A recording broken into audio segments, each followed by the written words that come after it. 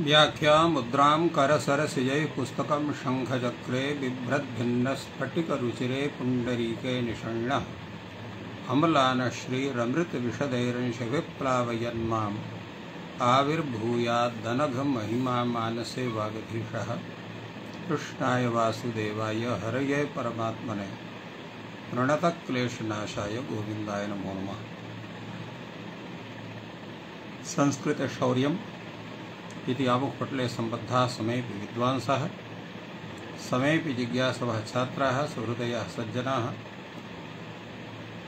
एतस्य संस्कृतशौर्यम् इति आमुखपटलस्य संस्थापकः प्रबन्धकश्च डॉक्टर राजकुमारः समेषां स्वागतं वर्तते तस्मिन् महाभाष्यव्याख्याने।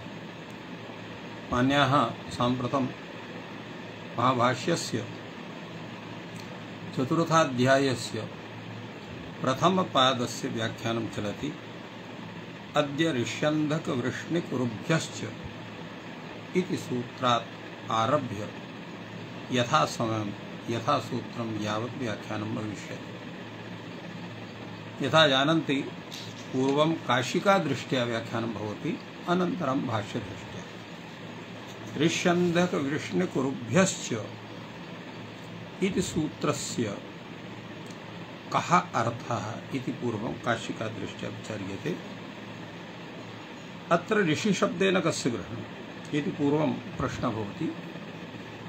अत्र काशिकाकारः वदति ऋषयः प्रसिद्धाः विशिष्टादयः। ऋषयः प्रसिद्धाः वसिष्ठादयः ऋषयः प्रसिद्धाः वर्तन्ते, ये ब्रह्मणः साक्षात् समुत्पादिताः मनसा संकल्पेन, अतएव एते सर्वेपि मानसपुत्राः भवन्ति। वसिष्ठाः मरीचिप्रभृतयः ऋषयः वर्तन्ते। अन्धकाः वृष्णयः कुरवः एते इति वंशाख्याः सन्ति। अन्धकनामकः यः कश्चन राजा भवति, वृष्णिः नामकः कश्चन यः राजा भवति, कुरुनामकः यः कश्चन राजा भवति, एतेषां ये वंशाः सन्ति ते वंशाः अन्धकाः वृष्णयः कुरवाः कथ्यन्ते। एवं भूतेभ्यः ऋष्यादिकुर्वन्तेभ्यः प्रातिपदिकेभ्यः अपत्येरथे अणप्रत्ययः भवति इति सूत्रार्थः। एतत् सूत्रं यत् अणप्रत्ययं विदधाति तत् प्राप्तम् इयप्रत्ययं प्रबाध्य विदधाति, यतो हि तस्य अपवादः भवति। एतत् सूत्रम् अत्र्यादिभ्यस्तु परत्वाढगाधिविरेव भवितव्यम्। अत्र ये ऋषयः तत्र एवं भूताः सन्ति, ये ब्रह्मणः साक्षात् नैव गृहीतजन्मानः, अनन्तरं किन्तु तेषां पुत्रादयः वर्तन्ते, तेभ्यः परत्वाढगादि प्रत्ययाः भवन्ति। अतएव उच्यते अत्र्यादिभ्यस्तु परत्वाढगादिभिः एव भवितव्यम्। अतः ढगादि प्रत्ययः एव अत्र भवेयुः। ऋषिभ्यस्तावत् वसिष्ठः, तत्र वसिष्ठशब्दः अत्र वर्तते। तात्पर्यं किमस्ति अत्र? अत्र्यादि इति कथनं तत्र कथम् अस्ति? अत्र्यादिभ्यस्तु इति अत्र ऋषि अनेन तत्र वसिष्ठशब्दः विश्वामित्रशब्दः अत्र गृहीतः भवति। वसिष्ठस्य अपत्यं पुमान् वासिष्ठः, विश्वामित्रस्य अपत्यं पुमान् वैश्वामित्रः।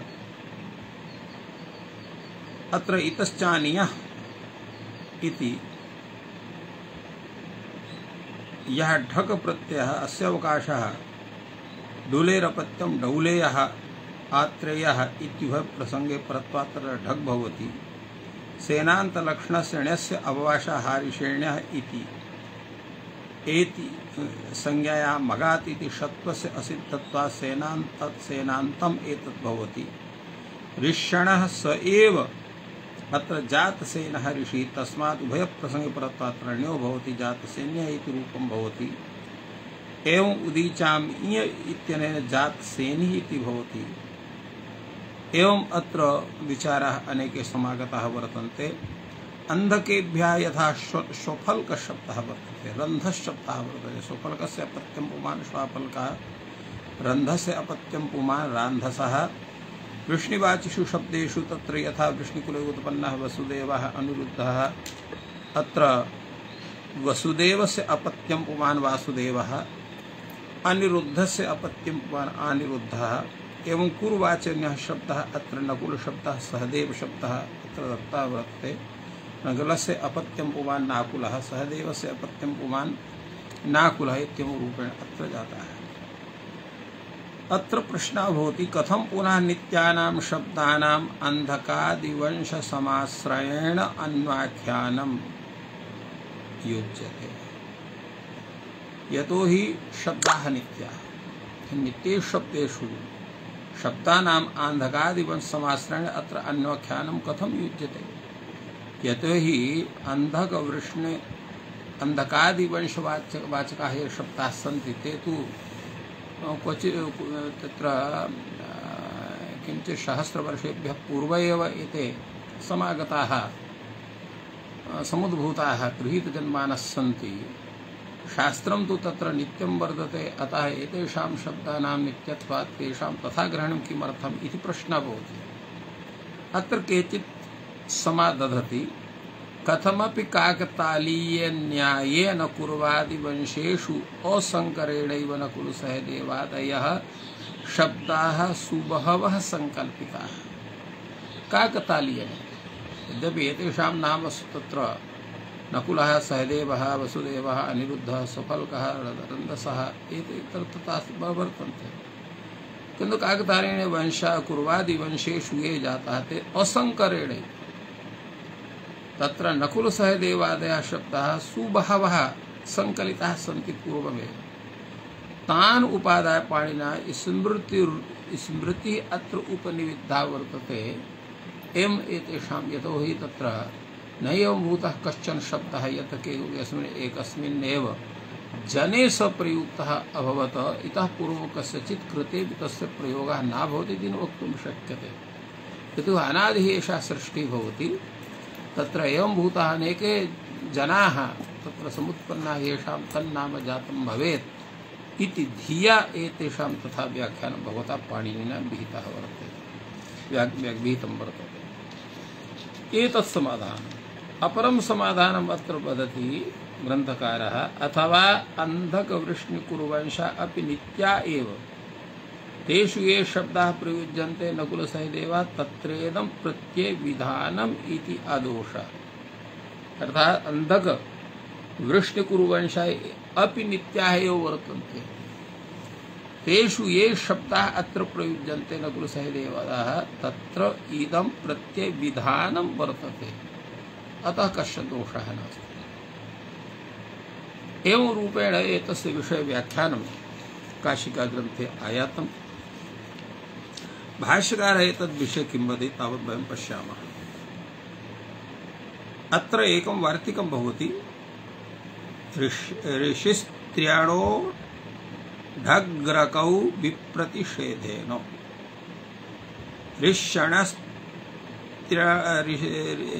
ऋष्यणस्त्र्यणश्च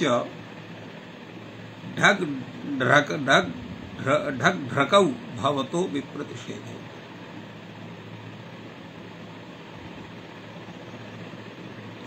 तो ऋष्यणस्त्र्यणश्च, ऋषिरणः त्रणश्च अत्र ढक् प्रत्ययः ढ्रक् प्रत्ययो भवतः अत्र अबाधत्वात्। यथा ऋष्यणः अवकाशः वासिष्ठः वैश्वामित्रः, ढकः अवकाशः तत्र ढुलिः ढौलेयः बलिः बालेयः इति अत्र ढक् प्रत्ययस्य अवकाशः भवति। एवमेव इह उभयं प्राप्नोति आत्रेयः अत्र ऋषिवाचित्वात् अत्रि शब्द से अत्र अण प्रत्ययो भी प्राप्त है, अत्र ढक प्रत्ययो भी प्राप्नोति। एवं स्त्रियणः अपकाशः मकंदिका माकंदिकः ढकः अवकाशः काणिकेरः। अत्र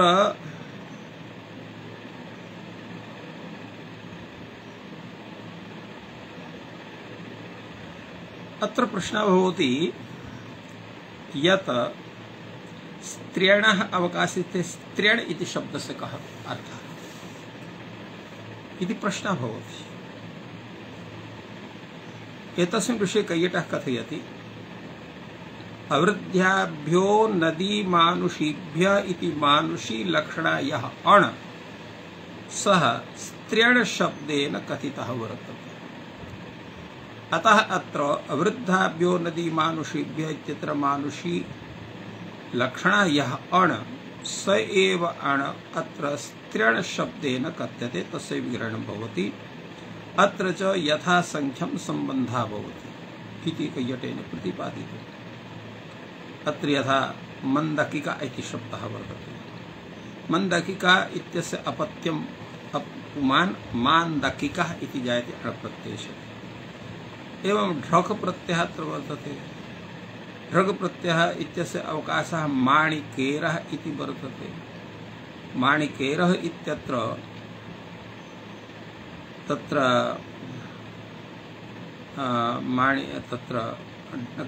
क्षम्यतां काणिकेर इति शब्दः।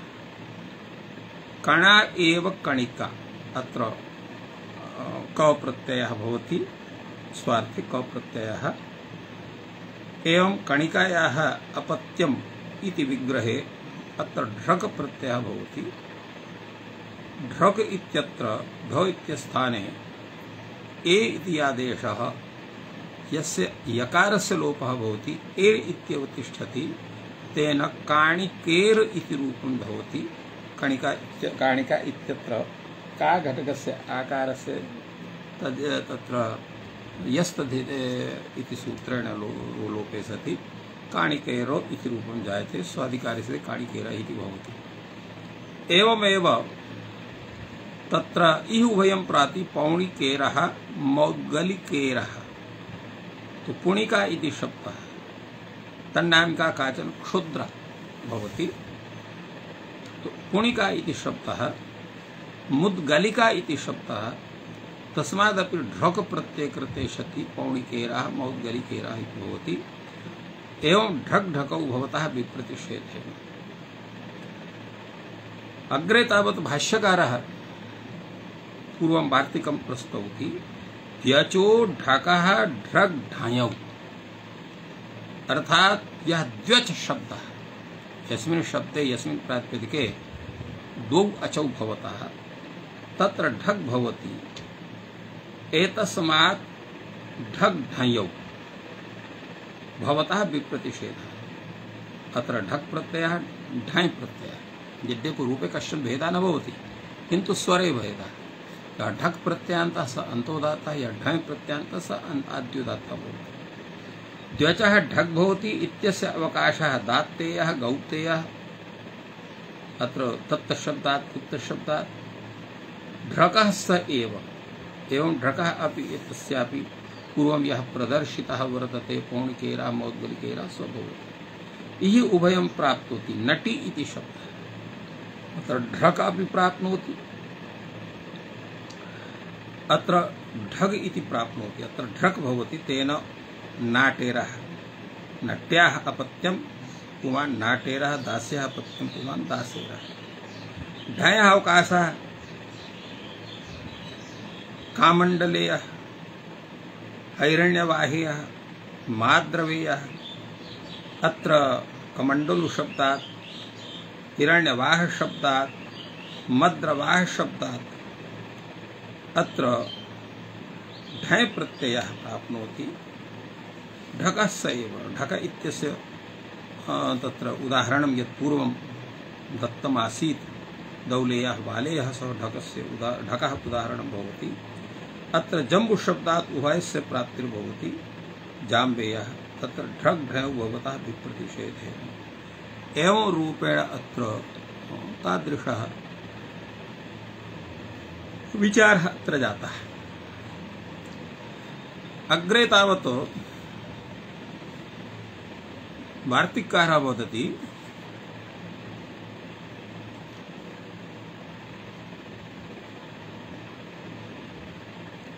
न वर्षणः पुनर्वचनमन्यनिवृत्त्यर्थम्। अर्थात न वा एष युक्तः विप्रच्छेदः, अयं विप्रच्छेदः यः प्रवर्तितः यत् द्वचः ढक् भवति एतस्मात् ढक् ढयौ भवतः विप्रतिषेधेन इति यत् कथनम्, एतस्य विषये उच्यते न वा एष युक्तः विप्रच्छेदः यः अयं ऋष्यणः ढकश्च। ऋष्यणः ढकश्च इति यः विप्रतिषेधः स उचितः नास्ति। प्रथमः विप्रतिषेधः कथम् उचितः नास्ति इति विषये चिन्तनं। ऋष्यणः पुनर्वचनम् अन्यनिवृत्त्यर्थम्, ऋष्यणः पुनर्वचनम् अन्यनिवृत्त्यर्थं वर्तते, अतएव उचितः नास्ति। सिद्धः अत्र अण् उत्सर्गेणैव, अत्र अण् प्रत्ययः उत्सर्गशास्त्रेणैव सिद्धः वर्तते। तस्य पुनर्वचन एतत् प्रयोजनं ये अन्ये तद् अपवादः, ये अन्ये वर्तन्ते तेषाम् अयम् अपवादः भवति। तो ये अन्ये तत् अपवादः प्राप्नोति तद्वादनार्थम् एतद् वचनं वर्तते। स यथैव तद् अपवादम् इयं बाधते एवं ढकमपि बाधेति। स तथैव यथैव तद् अपवादम् इयम्, अर्थात् तस्य अपवादम् इयं बाधते अयम् अण् प्रत्ययः, तथैव इय प्रत्ययमपि बाधते। यथा इय प्रत्ययं बाधते तथैव ढकमपि बाधेत। अतः अत्र कस्यचित् दोषः नास्ति, कश्चित् दोषः अत्र न वर्तते। तस्माद् ऋषिभ्यः अण् विधाने अत्र्यादि प्रतिषेधः। तर्हि कश्चन अत्र समाधानम् अतिरिक्ततया वदति। तस्मात् ऋषिभ्यः अण् विधाने अत्रादिभ्यः प्रतिषेधः वक्तव्यः। अत्रादिभ्यः शब्देभ्यः तत्र अत्र अण् प्रत्ययः न भवति, अत्र तु ढकेय भवति, केवलं तत्र वसिष्ठादि शब्देभ्यः भवति इति कस्यचित् कथनस्य आशयः। तदा उच्यते न वक्तव्यः, तस्य कथनस्य आवश्यकता नास्ति। मध्ये अपवादाः पूर्वान् विधीन् बाधन्ते नोत्तरान्। मध्ये पठिता ये अपवादाः वर्तन्ते तो स्वाप्यवहित पूर्वान् विधीन् बाधन्ते। अतः अत्र ऋष्यण भविष्यति, इयं तद् अपवादं बाधिष्यते, ढकं न बाधिष्यते। यतो तत्र उत्तर विधि वर्तते। अनन्तरान् विधीन् बाधन्ते नोत्तरान्। पूर्वान् विधीन् बाधन्ते नोत्तरान्। पूर्वान् विधि तो उत्तर विधि ढक् भवति, अतः ढकः बाधः न भवति। इयं तदपवादं बाधिष्यते, ढकं न बाधिष्यते। एवं चापि अयुक्तः विप्रतिषेधः योऽयं ढकः ढक् ढकौ इत्यपि अपवादः तत्र उचितः नास्ति। किं कारणं? ढकः पुनर्वचनम् अन्यनिवृत्त्यर्थम्।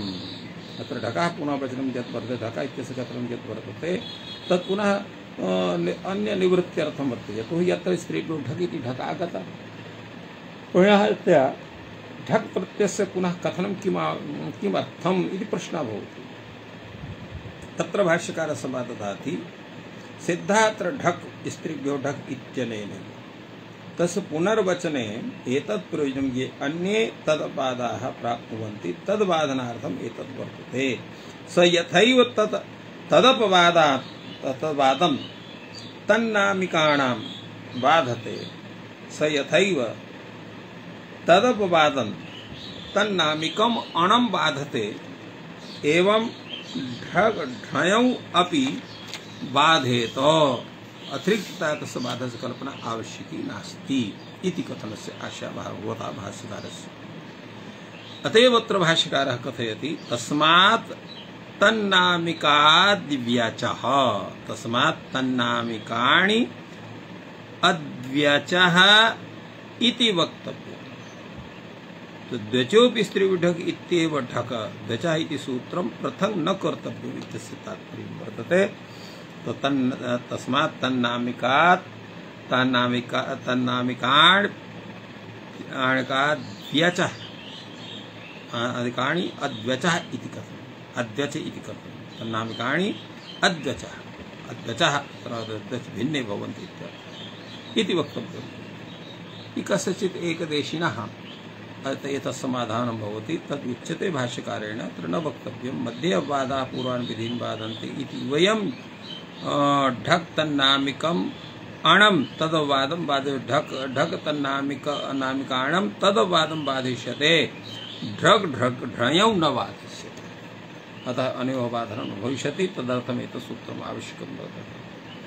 अग्रे तावत् सिद्धान्तवार्तिकं वर्तते ऋष्यन्धक वृष्णिकुर्वणः सेनान्ताण्यः तद् ऋष्यकवाची ऋषिवाची अंधकवाची वृष्णिवाची ये शब्दाः सन्ति तो ऋष्यन्धक वृष्णिकुर्वणः सेनान्तात् शब्दात् अत्र ण्यो प्रत्ययः भवति विप्रतिषेध अर्थात् ऋष्यणः अवकाशः यथा वर्तते वासिष्ठः वैश्वामित्रः ण्यस्य अवकाशः पारिषेण्यः वारिषेण्यः जातसेनो नाम ऋषिः तस्मात् उभयं प्राप्नोति ण्य प्रत्ययोऽपि प्राप्नोति अन्योऽपि प्रत्ययः प्राप्नोति ऋषि तस्मात् उभयं प्राप्नोति ण्यः भवति प्रतिषेधेन जातिसेन्यः अत्र जातसेन शब्दर्हिवासी तस्मात् अत्र ण्य प्रत्ययः जातिसेन्यः भवति।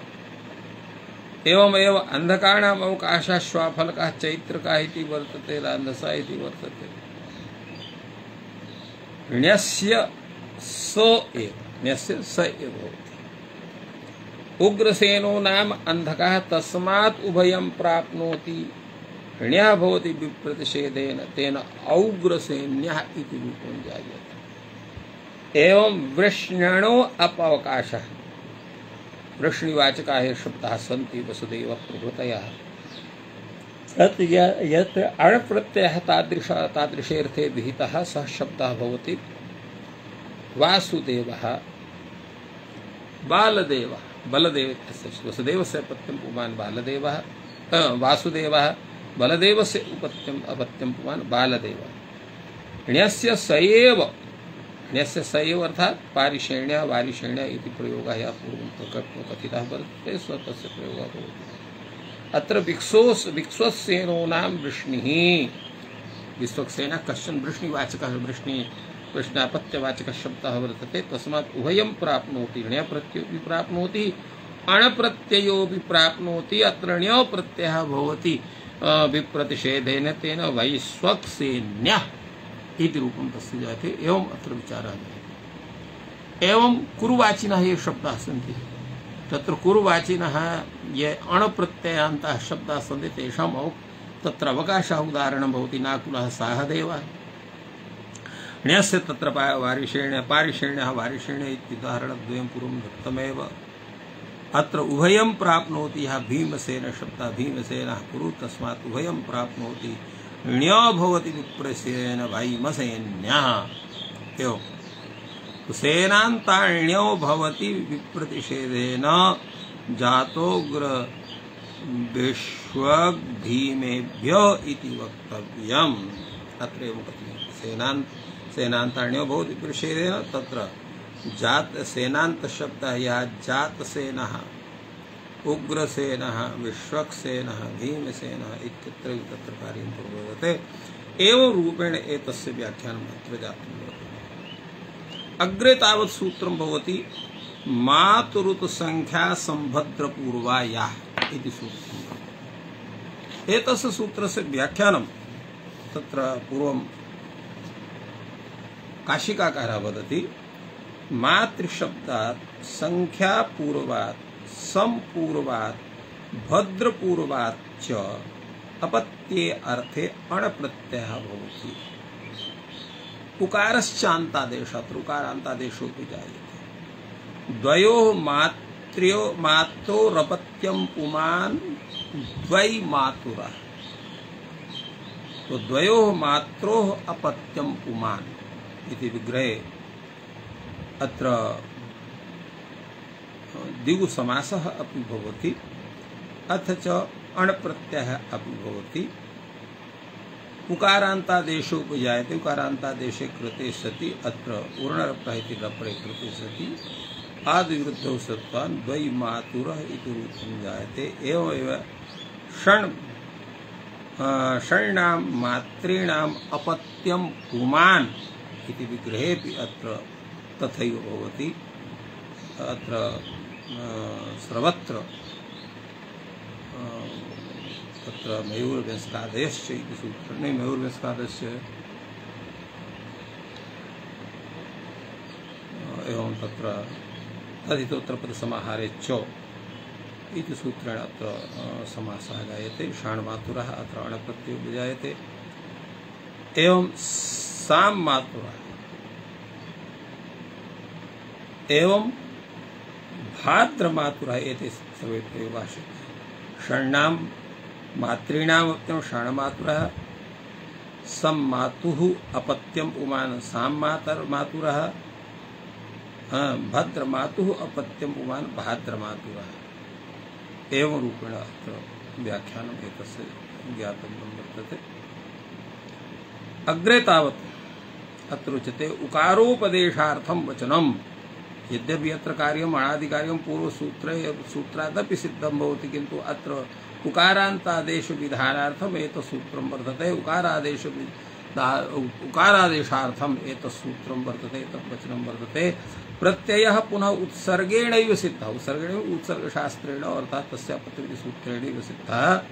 स्त्रीलिङ्गनिर्देशः अर्थापेक्षः, अत्र स्त्रीलिङ्गनिर्देशः यः वर्तते अर्थापेक्षः वर्तते। तेन धान्यमातुः ग्रहणं न भवति, धान्यमातुः ग्रहणम् अत्र न भवति तेन। एवं अयं विचारः अत्र समागतः।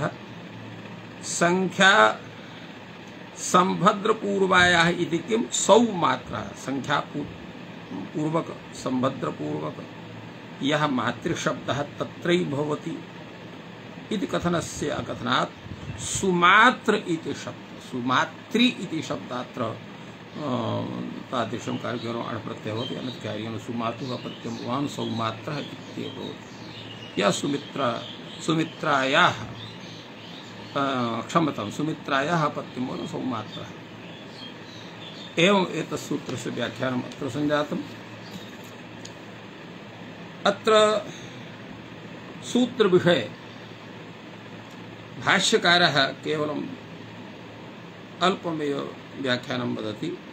किमर्थं स्त्रीलिङ्गे निर्देशः कृते न संख्या संभद्रपूर्वस्य इत्येव उच्येत। अत्र मातु संख्या संभद्रपूर्वायाः स्त्रीलिङ्गेन निर्देशः कथं कृतः वर्तते। अत्र संख्या संभद्रपूर्वस्य इति सूत्रं स्यात्। उच्यते स्त्रीलिङ्गो या मातृशब्दः तस्माद् यथा स्यात्। अत्र स्त्रीलिङ्गः मातृशब्दस्य विग्रहणं भवेत्, अन्यस्य न भवति। स्त्रीलिङ्गो यः मातृशब्दः तस्मात् यथा स्यात् अत्र प्रत्ययः इह मा भूत अर्थात् यः परिमापकवाची मातृशब्दः वर्तते मा जननीवाची मातृशब्दः यत्र नास्ति तस्य ग्रहणं न भवति। अतएव स्त्रीलिङ्गस्य निर्देशः अत्र वर्तते। स्त्रीलिंगो मातृशब्दः तस्मात् यथा स्यात् ये मावो सम्मिमीते सम्माता। अत्र सम्मातृशब्दः यः वर्तते सः यः मापकः वर्तते मापककर्ता वर्तते तस्य ग्रहणं भवति। अतएव तत्र एवं कथनं वर्तते यः मावो सम्मिमीते सम्माता सम्मातुः अपत्यं सम्मात्रः एव जायते सम्मातुरः इति न भवति। अग्रे तावत् तो एवं अत्र व्याख्यानं तादृशं सञ्जातम्। अत्र इह मा भूः सम्मिमीते सम्माता सम्मातुः अपत्यं साम्मात्रः इति जायते। अग्रे तावत् सूत्रं भवति कन्यायाः कनीन च इति प्रसिद्धं सूत्रं वर्तते। एतस्य व्याख्यान विषये काशिकाकारः वदति कन्या शब्दात् अपत्ये अर्थे अणप्रत्ययः भवति तत्संयोगेन कनेन शब्दः आदेशः भवति। अर्थात कन्यायाः अपत्यम पुमान इति विग्रहे यदा कन्यायाः कनीन च इति सूत्रेण कन्या शब्दात् अण् प्रत्ययस्य विधानं भवति तर्हि कन्या ङस् अण् इत्यवस्थायाम् अत्र अण् प्रत्यय विधान समकालमेव कन्या शब्दस्य स्थाने कनीन इति आदेशः भवति। तेन कनीन ङस् अण् इति जायते। अतः प्रत्यय सन्निसर्ग नियोग एव कन्या शब्द आदेशः भवति। अत्र ढकः अपवादः भवति। कन्यायाः अपत्यं कानीनः करणः इत्येव जायते। कानीनः व्यासः। कानीनः कः भवति? व्यासः। यतो हि व्यासः तत्र कन्यायाः सत्यवत्याः एव पुत्रः वर्तते। न तस्य जन्मनि सति। एवं कन्यायाः अपत्यं कानीनः करणः इति अत्र भवति। तो कानीनः करणः, कानीनः व्यासः। कानीन इति शब्दस्य उदाहरणं प्राचीन काले केवलं कर्णस्य कृते, व्यासस्य कृते, यतो हि कुन्ती यदा कन्यावस्थायाम् आसीत् तदैव कर्णस्य जन्म अभवत्। एवं सत्यवती यदा तत्र कन्यावस्थायाम् आसीत् तदैव व्यासस्य जन्म अभवत्। अतएव कानीनः कर्णः, कानीनः व्यासः इति एवं रूपेण अत्र विचारः एतस्य सञ्जातः। अग्रे तावत् भाष्यग्रन्थे कीदृशः विचारः भवति वयं विचारयामः। इदं विप्रतिषिद्धम् अर्थात कन्यायाः कनीन च इति यत् कथनं वर्तते तद् विपरीत कथनं वर्तते विप्रतिषिद्धम् इति तस्य। को विप्रतिषेधः? विप्रतिषेधः कथं भवति? अपत्यम् इति वर्तते। अत्र अपत्यम् इत्यस्य अनुवृत्तिर् जायते। यदि च कन्या न अपत्यं, यदा कन्या वर्तते तर्हि अपत्यं यतो हि पुरुष संयोग सति कन्यायाः कन्यात्वं तत्र भंगो भवति। तो कन्यात्वं यदा भंगम भवति तर्हि अपत्ये सति तत्र कन्यात्वं भवत्येव नहीं। तदा कथं तत्र अपत्यार्थे अण् प्रत्ययः स्यात् इति कथनस्य तात्पर्यं वर्तते। यदि च कन्या न अपत्यम् अथ अपत्यं न कन्या, यदा तस्य अपत्यं भवति तर्हि कन्या न स्यात्।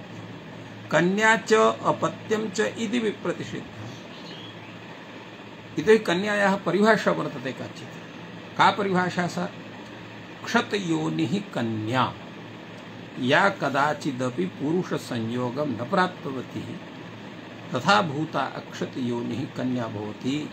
सा कथम अपत्येन संबध्येत? तर्हि पुरुष संयोगे सति पुत्रस्य जन्मनि तत्र पुत्रस्य जन्मनि संजाते तर्हि कन्यात्वं तस्य भवत्येव नहि। तर्हि कथं कन्यात्वम् अत्र भवति? कन्याः कनीन च इति कथं भवितुमर्हति? अनेन तस्य विप्रतिषिद्धता सिद्धा भवतु। उच्यते नैतद् विप्रतिषिद्धम्। अत्र विप्रतिषिद्धं नास्ति। कथम्? अत्र एवं नास्ति। कन्या शब्दो अयं पुंसाभिसंबंध पूर्वके संप्रयोगे निवर्तते।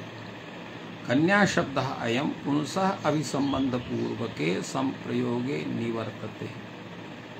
या चेदानीं प्रागभिसंबंधात् पुंसा सह संप्रयोगं गच्छत् तस्यां कन्या शब्दो वर्तते। कन्यायाः कन्योक्तायाः कन्याभिमतायाः सुदर्शनायाः यद अपत्यं स कानीनः। अत्र भगवान भाष्यकारः भवति कन्या शब्दोऽयं पुंसः अभिसंबंध पूर्वके संप्रयोगे निवर्तते। केवलं कन्यात्वं पुरुष संयोगे सति न निवर्तते, किंतु यदा कस्याश्चित् कन्यायाः शास्त्रोक्तरीत्या अभिसंबंधः भवति। अभिसंबंधः नाम विवाहः। विवाहः अभिसंबंध तत्पूर्वके पुरुष संयोगे कन्या शब्दो निवर्तते। तो तत्पूर्वके पुरुष संयोगे सति कन्या शब्दः निवर्तते। अत्र कैयटः कथयति या तो शास्त्रोक्तेन विवाह संस्कारेण विना पुरुषं युनक्ति सा कन्यात्वं न जहाति। या तो शास्त्रोक्तेन विवाह संस्कारेण विना पुरुषं युनक्ति, पुरुषेण सह संबंधं प्राप्नोति, सा स्त्री कन्यात्वं न जहाति, तस्य कन्यात्वं न नश्यति इति एतस्य तात्पर्यं वर्तते। अर्थात विवाह पूर्वकं यह पुरुष विवाह संपूर्वकः यह संप्रयोगः अर्थात स्त्री पुरुष संयोगः तत्र स्त्रियः कन्यात्वं नश्यति। यत्र या चेदानीम् अप्राग अभिसंवाद विवाहात् पूर्वं पुंसः सह संप्रयोगं गच्छति तस्यां कन्या शब्दः वर्तते एव। एवमेव अत्र जातम् सत्यावत्याः विवाहः पूर्वं नैव संजातः केनापि सह, किन्तु अत्र पराशरेण सा तत्र संयोगं प्राप्तवती, तेन व्यासस्य जन्म अभवत्, अतः तस्य कन्यात्वं तथैव वर्तते शास्त्ररीत्या एवं तस्य स्वरूपं वर्तते। कन्या अत्र अतएव अत्र विषये तत्र चिन्तनं वर्तते। एवं भूताः याः स्त्रियः सम्प्रतमपि वर्तन्ते, याः विवाहात् पूर्वमेव पुरुषसंयोगं प्राप्नुवन्ति, तेषां तथा कन्यात्वं न नश्यति। अतः विवाहे सति यः पुरुषसंयोगः येनैव पुरुषेण सह तदा कन्यात्वं तस्य नश्यति इति भाष्यकारेण एतस्य विचारः अत्र कृतः वर्तते। तो या इदानीं प्रागसंवाद पुंसः संप्रयोगं गच्छेत् तस्यां कन्या शब्दो वर्तते। कन्यायाः कन्योक्तायाः कन्या अभिमतायाः सुदर्शनायाः कन्यायाः कन्योक्तायाः अर्थात् कन्या शब्देन कथितायाः कन्योक्तायाः इत्यस्य किं तात्पर्यं? कन्या एव असौ उक्ता अर्थात् कन्या पदेन या कथिता वर्तते तस्यैव व्याख्यानं भवति कन्याभिमतायाः। तो कन्याभिमता कन्यैव सा अभिमता स्मृतिकाराणाम् इत्यर्थः। एवम् अत्र तथा वर्णनं कृतं वर्तते। कन्यैव सा अभिमता स्मृतिकाराणाम् इति कैयटः एतस्य व्याख्यानं वदति। सुदर्शनायाः सुदर्शना इत्यस्य किं तात्पर्यं? प्रकटदर्शनायाः अगुप्तत्वात् अर्थात् तत्र या सा गर्भवती जाता तस्याः पुत्रमपि जातं पुत्रोऽपि जातः अनया रीत्या सा तत्र अगुप्ता वर्तते, गुप्ता नास्ति। एवं रूपेण एतस्य विचारः अत्र कृतः वर्तते। अत्र कन्यायाः कन्योक्तायाः कन्याभिमतायाः सुदर्शनाय यद् अपत्यं स कानिनः उच्यते। अत्र स्वीयं किंचित भिन्नं विचारम् अत्र कैयटः प्रस्तौति। मुनिदेवता माहात्मा या पुंयोगेऽपि अक्षतयोनिर्भवति यथा कुंती मंत्राहूत दिनकरोत्पादित करणाख्य पुत्रापि न पुनः कन्यैव अभूत् तद अपत्यं कानेन शब्दाभिधेयम्। अर्थात सर्वे ये तत्र जनाः सन्ति सर्वाश्च याः स्त्रियः सन्ति ताः स्त्रियः पुरुषैः कदाचित् तत्र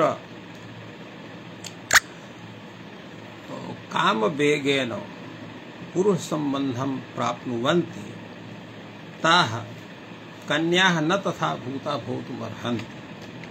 तात्पर्यं मंत्राहूतेन या केनचित् ऋषिणा प्राप्त संयोगः यः तेषाम् अक्षतयोनिं विधातुं समर्थः वर्तते प्रकृत्यैव, न तु तत्र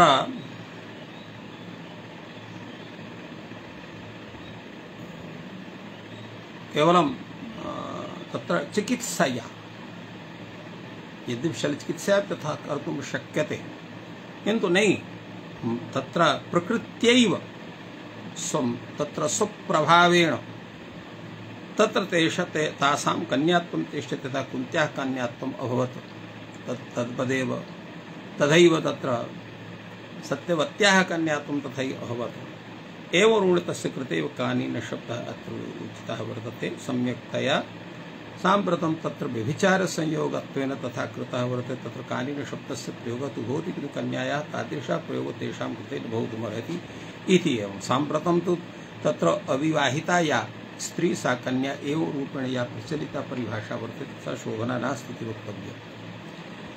अग्रे तावत् सूत्रं वर्तते स्त्रीभ्यो ढक्।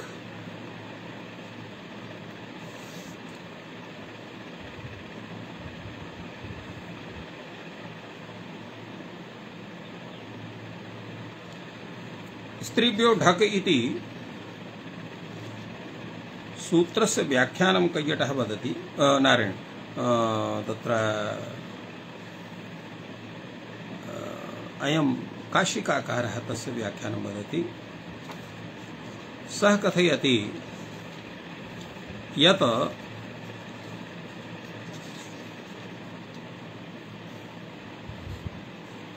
अत्र इह स्त्री ग्रहणेन टावादि प्रत्ययान्ताः शब्दाः गृह्यन्ते। स्त्रीभ्यः अर्थात स्त्र्यर्थे विहिताः ये टावादि प्रत्ययाः तेभ्यः प्रत्यया स्त्री प्रत्ययान्तेभ्यः शब्देभ्यः ढग प्रत्ययः भवति अपत्यात्यर्थे इति सूत्रार्थः। अतएव काशिकाकारे स्त्रीभ्यः अपत्यः स्त्री शब्देन टावादि प्रत्ययान्ताः शब्दाः गृह्यन्ते। स्त्रीभ्यः अपत्येभ्यः ढक् प्रत्ययः वर्तते अतः स्त्री प्रत्ययान्तेभ्यः शब्देभ्यः अपत्यर्थे ढक् प्रत्ययो भवति। यथा सुपर्णा इति शब्दः विनता इति शब्दः सुपर्णायाः अपत्यं पुमान् सौपर्णेयः विनतायाः अपत्यं पुमान् वैनतेयः इति यत्र जातम्। स्त्री प्रत्यय विज्ञापनात् असत्यर्थ ग्रहणे इह न संभवति। अर्थात स्त्री प्रत्यय कथनात् तत्र असत्यर्थ ग्रहणे अर्थात केवलम अर्थग्रहणे न भवति प्रत्ययस्य अभावात् यत्र स्त्री प्रत्ययः न सन्ति किन्तु स्त्र्यर्थः वर्तते तदन भवति। यथा इडवडः अपत्यम् इति विषये अत्र वरदः दरदः अपत्यम् इति विषये ऐडविडः दारदः अत्र अण् प्रत्ययः एव भवति अत्र ढक् प्रत्ययः न भवति। वडवायाः वृषे वाच्ये अत्र वडवायाः वृषवाच्ये यदा भवति वृषवाच्यं तदा तत्र ढक् प्रत्ययः भवति। वाडवेयाः वृषः स्मृतः अपत्ये प्राप्तः तथा अपकृष्य विधीयते। यद्यपि अपत्यार्थे प्राप्तः भवति तत्र अपकृष्य तथार्थे विधीयते अर्थात् केवलं तस्मिन्नेव वर्तते। तेन अपत्ये वाडवः इत्येव भवति। वडवायाः तो अपत्यम्। आण क्रुञ्चा कोकिला स्मृता अत्र क्रुञ्चा शब्दात् कोकिला शब्दात् अपत्यार्थे अण् प्रत्ययः भवति ढक् प्रत्ययः न भवति इति वार्तिककारः। क्रुञ्चायाः अपत्यं क्रौञ्चः कोकिलायाः अपत्यं कौकिलः इत्येवं रूपेण अत्र व्याख्यानम् एतस्य संजातं वर्तते। अग्रे तावत् अत्र वयं पश्यामः भाष्यग्रन्थे कीदृशः विचारः अत्र वर्तते। सूत्रे स्त्रीभ्यो ढक् इदं सर्वेषु एव स्त्रीगणेषु विचार्यते। सर्वेषु स्त्रीगणेषु अर्थात् स्त्री प्रत्ययान्तेषु विचार्यते। स्त्रीग्रहणे स्त्री प्रत्यय ग्रहणं वा स्यात् स्त्रीग्रहणे स्त्री प्रत्ययं वा स्यात् स्त्री शब्द ग्रहणं वा स्त्र्यर्थ ग्रहणं वा अत्र प्रश्नाः तत्र भवन्ति। इदं सर्वेषु एव स्त्रीग्रहणेषु विचार्यते। स्त्रीग्रहणे स्त्री प्रत्यय ग्रहणं वा स्यात् स्त्रीगणे स्त्री प्रत्यय ग्रहणं वा स्यात् या स्त्री शब्द ग्रहणं वा स्त्री शब्दस्य ग्रहणं भवति अथवा स्त्र्यर्थ ग्रहणं वा। अत्र विकल्पत्रयम्। प्रथमः विकल्पः स्त्रीग्रहणे स्त्री प्रत्यय ग्रहणं करणीयम्। द्वितीयः विकल्पः वर्तते स्त्री शब्दस्य ग्रहणं करणीयम्। तृतीयः विकल्पः वर्तते स्त्र्यर्थ ग्रहणं करणीयम्। त्रिषु विकल्पेषु कः विकल्पः अत्र मान्यः इति प्रश्नः इति धिया अत्र भाष्यकारः कथयति। इदं सर्वेषु स्त्रीग्रहणेषु विचार्यते। स्त्रीग्रहणे स्त्रीप्रत्ययग्रहणं वा स्यात्, स्त्री शब्दग्रहणं वा स्यात्, स्त्र्यर्थग्रहणं वा स्यात्। एतद्विषये अत्र प्रश्नः भवति किञ्चातः, अर्थात् अनेन विचारेण किम् आयातम्, कुत्र दोषः, कस्य च ग्रहणम् इति विषये चिन्तनमस्ति। अत्र भाष्यकारः विचारयति, स कथयति यदि स्त्री शब्दग्रहणम् अर्थग्रहणं वा इड विड ऐड विडः पृथ पृथ पार्थः उषिक औषिजः दरद दारदः अत्रापि प्राप्नोति चेत् स्त्री शब्दग्रहणम् अर्थग्रहणं स्यात्। स्त्री शब्दग्रहणेन अर्थग्रहणं चेत् क्रियते तर्हि अत्र यथा इडविड शब्दः अत्रापि स्त्र्यर्थः वर्तते, पृथक् शब्दः अपि वर्तते, एवं तत्र ओषिज शब्द उषिक शब्दः वर्तते, उषिज शब्दः, दरद शब्दः अत्र स्त्र्यर्थग्रहणं वर्तते। तत्र अत्रापि ढक्चे स्यात् ऐडविडेयः पार्थेयः औषिजेयः दारदेयः इति रूपं भवेत्, किन्तु अत्र तथा नास्ति। अतः अत्र पार्थः औषिजः दारदः एते प्रयोगाः भवन्ति अणप्रत्ययकृतेषु। अथ प्रत्ययग्रहणं चेत् क्रियते तर्हि लैखाः लैखाभ्रेयः वैमात्रेयः अनयोः सिद्धिर्न स्यात्। लेखाभ्रः विमाता विमाता तो लैखाभा लैखा लैखा लैखाभा विमाता इति शब्दः। लिखाभुः अपत्यम्, लिखाभुः अपत्यम्, पुमान् लैखाभ्रेयः, विमातुः अपत्यम् पुमान् वैमात्रेयः।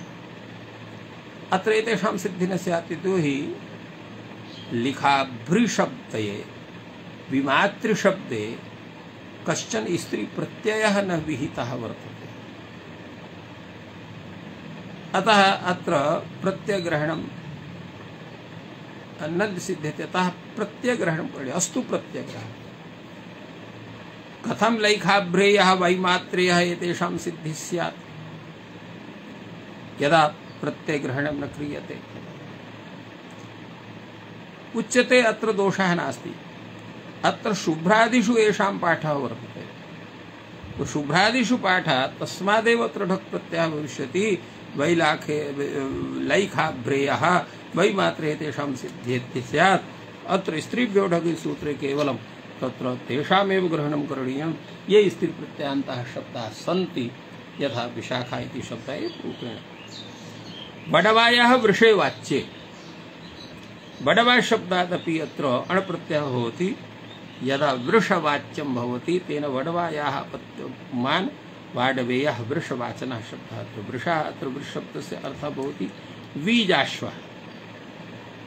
तेन विहित विशेष विहितानाम् अपत्यलक्षण अर्थात् ढक् बाध्यते। तेन अपत्ये बाडवः इति भवति, विशेषावस्थायां बाडवेयः न भवति। अणकृञ्चा कोकिलात् स्मृतः, कुञ्चा शब्दात् कोकिला शब्दात् अत्रापि प्रत्ययार्थे ढक् न भवति, अपितु अण प्रत्ययः भवति। यद्यपि कृञ्चा शब्दः कोकिला शब्दः स्त्री प्रत्ययान्तः वर्तते, तदापि अत्र अण प्रत्ययः अत्र कथितः भवति इति वार्तिककारस्य मतम्। एवं आरक पुंस ततोऽन्यत्र, ततः अन्यत्र आरक पुंसि आरक वक्तव्यः। आरक प्रत्यय मूषिकायाः पत्न्यं पुमान् मौशिकारः, अत्र आरक प्रत्ययः भवति। एवमेव मृग्याः अपत्यं पुमान् मार्गारः इति भवति। एवमेव अत्र अपरं वार्तिकं भवति गोधाया ढ्रग विधौ। तत्र गोधायाः अपत्यम पुमान् इति विग्रहेत् यत्र गोधा शब्दात् तत्र ढ्रक् प्रत्ययः भवति, तेन गौधेरः इति रूपं सिद्ध्यति। इत्थम् एतेषु सूत्रेषु भाष्यदृशा अश्च काशिकादृशा विचारः समागतः। अग्रेपि तत्र अन्यस्मिन् दिने एतस्मिन् विषये विचारः भविष्यति। अद्य अत्रैव विरम्यते। सर्वेभ्यो नमः। जयतु संस्कृतं, जयतु भारतम्।